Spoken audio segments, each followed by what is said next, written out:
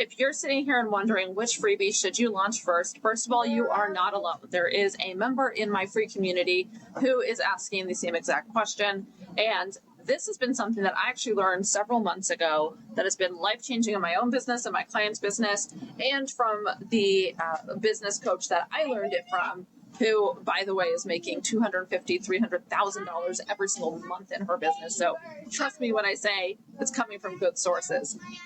She said, you don't launch freebies. You use freebies to launch your programs.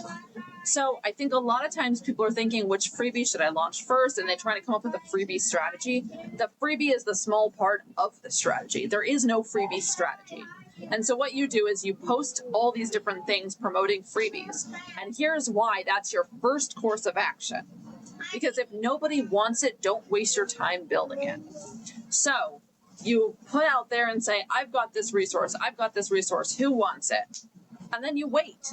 And if nobody responds, don't waste your time making it. And so what the better thing to do is have a huge list of freebie ideas, start promoting them one by one. And when you start to get traction, if somebody actually wants something, go out, make it, deliver on that person, and then highlight that freebie as something that someone at least wanted. And then you can start trimming out all the fat. These are all the freebies that didn't work. These are the freebies that are starting to work. Once you have a good idea on the types of freebies that are working, your brainstorming ideas will get better over time, right? You'll get better at thinking of freebies. And the way that I would approach freebies is, especially in the beginning, just post in Facebook groups and school groups and other groups of your target audience, and just mention, I have this freebie, who wants it? And people are going to comment below and say, I want it, I want it, I want it, I want it, if they actually want it. And if they do want it, then you go make it, send them a comment below it, say, I'm going to send you a DM, you send them a DM, and then you give them the link to the freebie directly and say, here you go. And then you're going to follow it up with a this or that question to have a conversation and see if it makes sense to try to book a sales call with them. That's the strategy I would start with.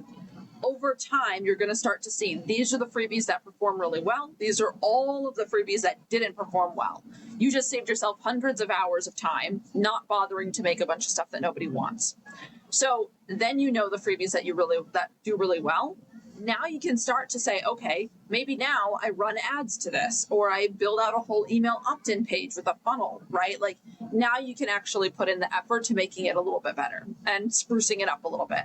But in the beginning, you don't know what's going to do well. You don't know what's going to perform well. You don't know what people want. So don't waste your time building out email marketing, building out these pages, building out, the opt-in funnels, building out all these things for something that's going to flop. So test first. And then, as you're testing, you'll start to get an idea of which freebies are doing well. And then you can create like a lead magnet type of a funnel to use the freebie, get the lead, follow up with the lead, and hopefully make some sales. So I think that that's a really solid strategy with getting leads, is offering a freebie. You just want to make sure you're doing it right. Optimize your time. Don't sit there and put in a bunch of effort for something if you don't know it's going to work or not. Launch an idea, right? Just put an idea out there, and if it takes, then build. So I hope this is helpful.